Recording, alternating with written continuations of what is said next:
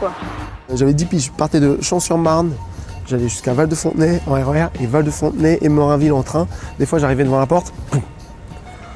Les grands ils avaient oublié de me prévenir. À l'époque bien sûr pas de téléphone portable. Et j'avais la rage. Et je repartais chez moi, mais au moins il y avait une valeur. C'est-à-dire que quand tu allais à l'entraînement, quand ils étaient là, tu te donnais à fond. Que maintenant c'est ouais je serai un peu en retard. Bon, ça fait encore vieux con de parler comme ça, mais c'est vrai quoi. C'est vrai qu'il y avait une vraie valeur. Et donc on avait des salles, mais des fois on allait au Trocadéro. Notre premier défi c'était Full Force TKS en 87 au Trocadéro. Ouais, je me rappelle d'un passage. Justement, tu avais DJ Mars, qui était accroupi comme ça. Et venait de passer, il venait de faire un passage. Et moi, il me lance à ce moment-là. Et donc, je commence à danser.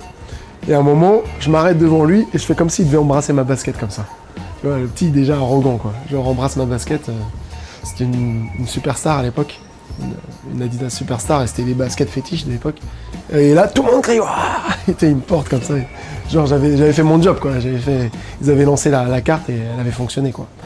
Donc voilà, c'était un moment magique, quoi. Et puis Mars, maintenant, même quand on se voit, on reparle de ça. C'était génial, c'était des super moments, quoi. Et pourtant, en face, t'avais des vrais lascars, quoi. C'est ce qui fait que le hip-hop, c'est fort, je pense.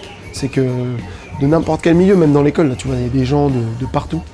Et dans le cercle, on s'en fout de savoir si ton père est millionnaire ou pas, quoi. Dans le cercle, faut prouver, et puis voilà, c'est tout.